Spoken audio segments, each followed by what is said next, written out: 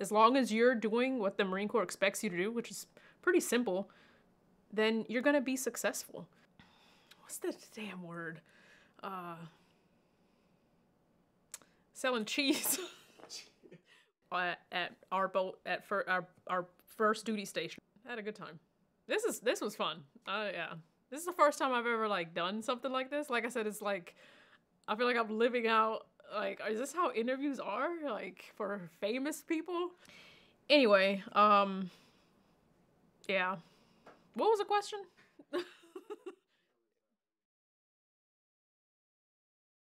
My name is Corraine Cotton. I'm 37. I'm a gunny in the Marine Corps. Been in the Marine Corps 15 years. Was born in Germany, and then we moved to the States when I was 12. I have 2 kids, a husband, and a white picket fence. I'm just kidding, not the white picket fence. So my MOS is 6046. That's Aviation Maintenance Admin. Now currently known as Maintenance Data Specialist. What that means is just basically like the record administrative portion and upkeep for aircraft.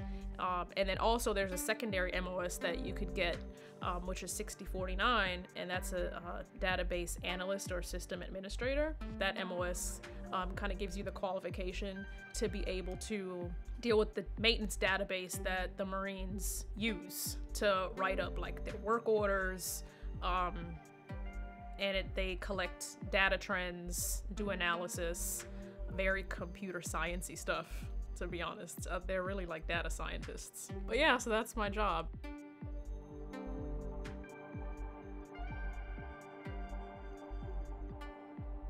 No one really expected me to join the military. I'm not like a military-y type of person. I graduated high school 2002, and then shortly after that, I got a job at Radio Shack. It was in Columbus, Georgia, which there's an army base, Fort Benning, which is like this huge, like their version of a recruit depot. We're always having military members in and out the store, buying cell phones at the time, buying computers, and just buying electronics.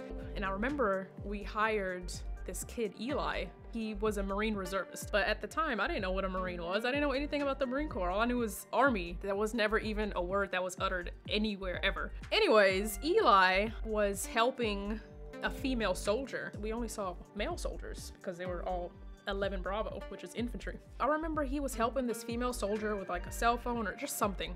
I was like, oh my God, like the typical teenager or typical civilian that most recruiters know about, right? It's like, oh my God, I can't believe like you're in the military as a girl, like that's so crazy, like I couldn't be yelled at, you know, whatever.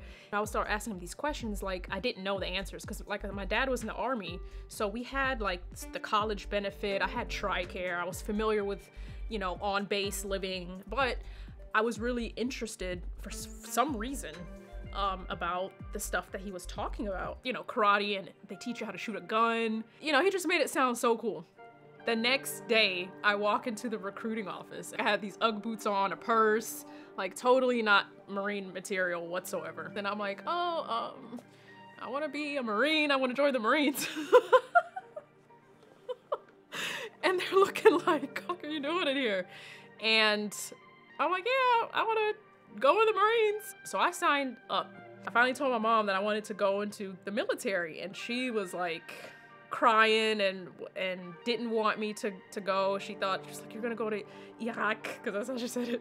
You're gonna go to Iraq and go die and this and that. And it's so crazy because when I was in recruiting, I heard that all the time from parents, like, oh, I don't want my kid going to war and dying or whatever else. So, you know, that's a type of reaction I got from my mom. But I was like, no, you know, I'm gonna do legal admin, because like I said, I wanted to be a lawyer. And that's another thing. So Eli was like, oh, you start going to school again, and you could just be a lawyer, you know, and whatever else. And I'm like, and they have lawyer jobs. Like, you could go and be a legal clerk, or, you know, I just had this whole vision started. Like this level of motivation came. It's like, oh my God, like this is like a legit pathway to success. And so yeah, so that's how I joined. I walked to the recruiting station next day, I joined. The crazy thing about that is a couple years later, I found myself in Afghanistan, and I ran into Eli. And I don't think he ever really knew the impact of that day. So crazy. And here I am today. Almost 15 years later.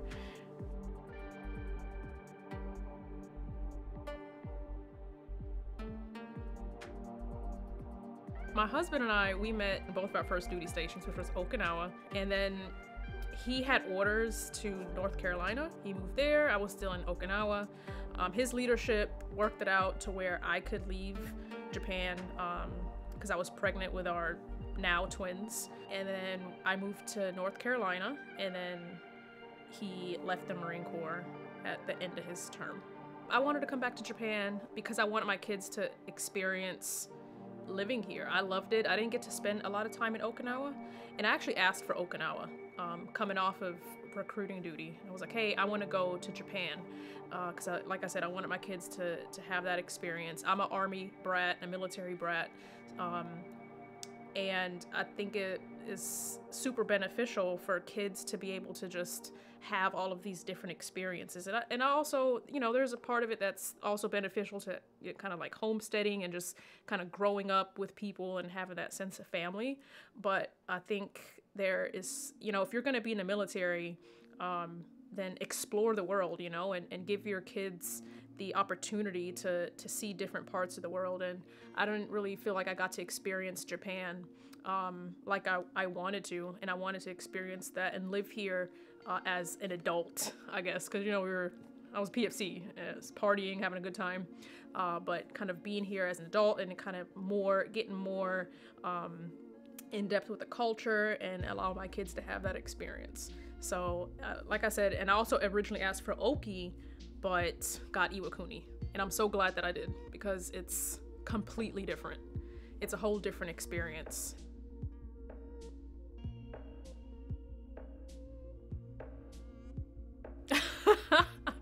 I don't like to name drop, honestly, but let me think. Man, this is a tough question. I guess if I had to like highlight one person, it would be a former Master Sergeant of mine, Master Sergeant Morales. He was our MALS chief.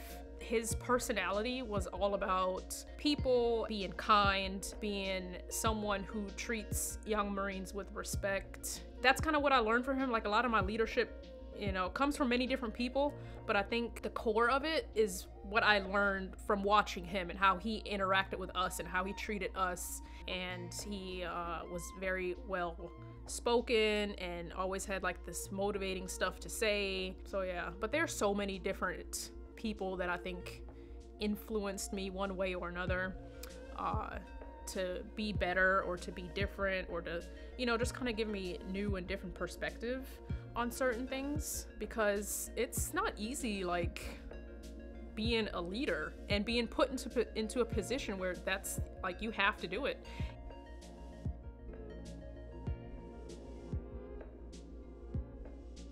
Sergeant. I like being a gunny because it commands respect. It's a command presence type of rank, if you could wear it well. It's not automatic, but hands down, I enjoyed being a sergeant the most.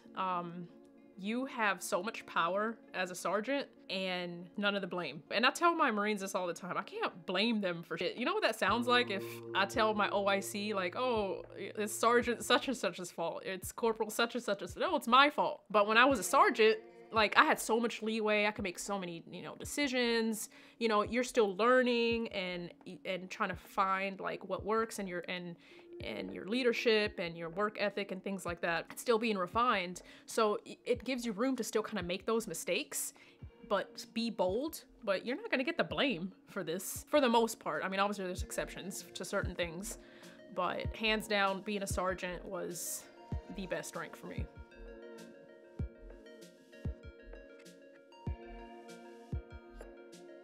I did an SDA, I did recruiting. I recruited out of Orlando, Florida in this town called Altamont Springs. I did that for like a year and a half or so before I ended up doing officer recruiting. And it's two completely different worlds. Looking back, yes, I'm glad I did it. I met a wonderful group of people that we still chit chat often, you know, people that I consider close family and friends.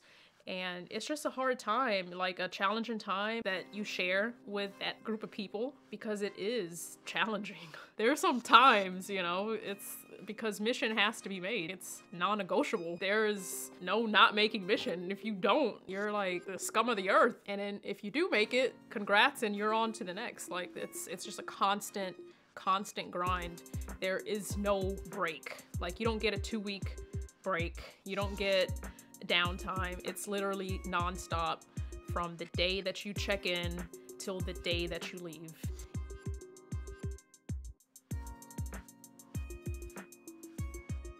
January 2011 through August 2011. So we worked on Bastion and lived on Leatherneck. No. No, I didn't. It's a cool experience. You know, like, I guess life's all about experiences, and, you know, obviously at the time, you know, it sucks. However, it's something that I could say and know that I've done and have been to. See that part of the world. I saw some sad moments, like with the homecomings and things like that, which made me very grateful for not having to be in harm's way like some people obviously were. And going back when you asked me if I have a mentor, I remember Massar and Morales, he's the one who was like, you know, hey, it sucks, but if you go, you're gonna get a combat fitness report, you know, you're gonna be deployed as a sergeant. If the time ever comes when you go to a new unit, you know, you're gonna have that experience and somebody else won't, but it'll be over eventually, this and that. So, you know, just suck it up this one time and go. Because I was very unsure. I mean, it was a huge dilemma. Like, do I re-enlist and leave my kids for 6, 7, 8, 9 months? Like, is just the worst thing that a mom could possibly do. And it was awful. Looking back at it though, that time that I spent away, it was more me missing out than them, you know, and my husband did a fantastic job. These are cold pressed bricks. All right, this says, thank you so much for your order. Enjoy your new bricks. Britt and Donnie. These are nice. Dark Abyss. I'm a fan. All right, so reviews. Dark Abyss reminds me of my ex-wife.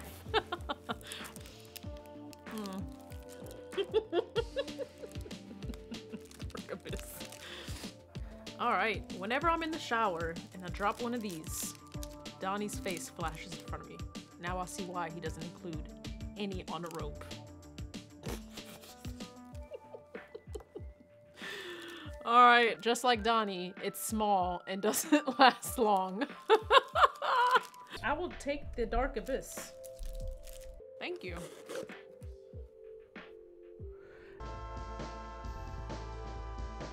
So, yeah, it's crazy. I feel like everyone should, you know, it's a cool experience to have an interview.